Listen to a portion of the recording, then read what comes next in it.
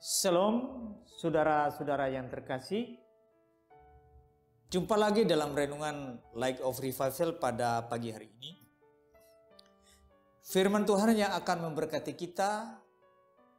Mari kita baca dari Mazmur 73 ayat yang keempat. Mazmur pasal 73 ayat yang keempat, beginilah bunyi firman Tuhan. Sebab kesakitan tidak ada pada mereka, sehat dan gemuk tubuh mereka.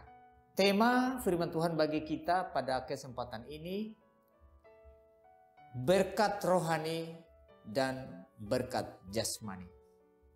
Nah, saudara-saudara yang terkasih di dalam Yesus Kristus, kalau kita membaca Mazmur 73 ini, tentunya konteksnya di sini bahwa mereka yang dimaksud pada ayat keempat ini adalah orang-orang yang tidak percaya kepada Tuhan.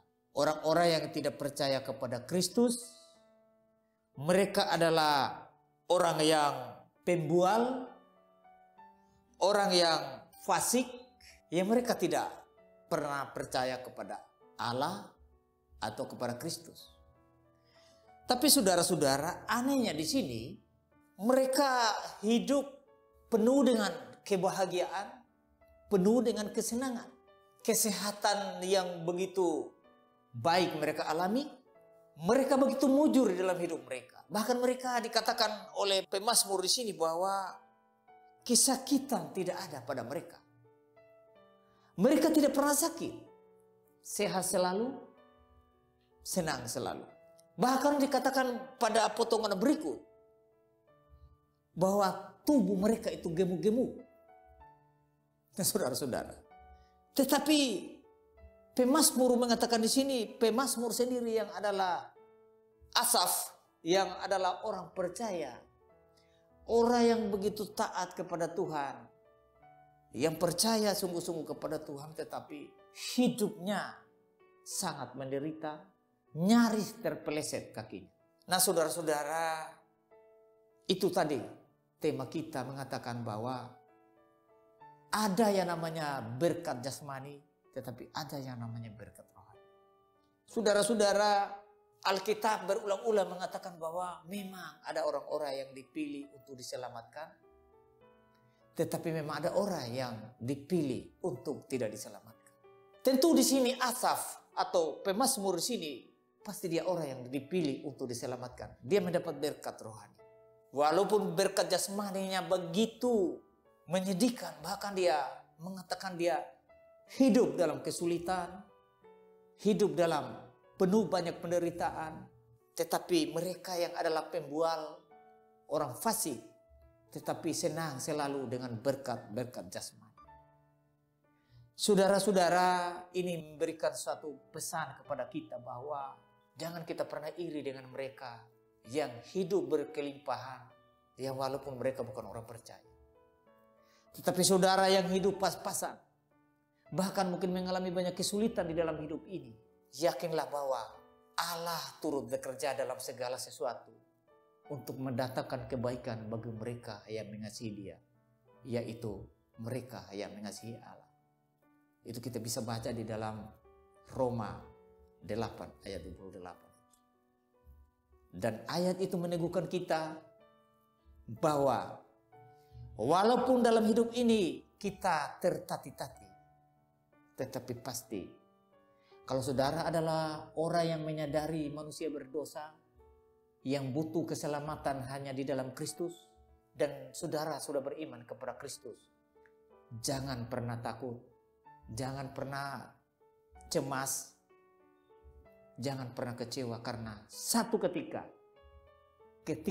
absen sudah sampai pada giliran kita akan pergi bersama-sama dengan Kristus dan menikmati kebahagiaan yang kekal di surga selama-lamanya.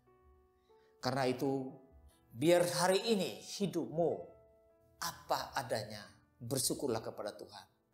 Karena kalau saudara sudah orang percaya sungguh-sungguh, mustahil setiap hal yang saudara alami pasti ada kebaikan Tuhan di balik semua itu. Percayalah semua itu, karena Tuhan bukan manusia bisa berubah janjinya. janji Tuhan, ya dan amin, dan itu kekal. Dan akan berlaku bagi saya dan saudara.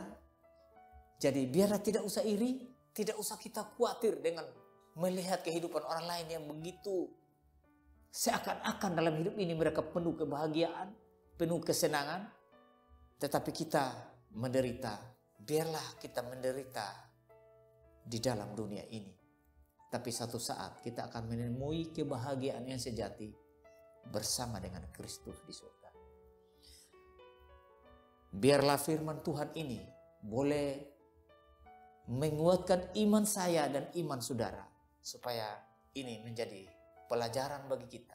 Dan kalau saudara andai kata yang sementara mendengar firman Tuhan pagi hari ini belum percaya kepada Kristus sungguh-sungguh, segeralah terima Dia sebagai Tuhan dan Juru Selamatmu, karena hanya Dialah satu-satunya jalan kepada Allah di surga.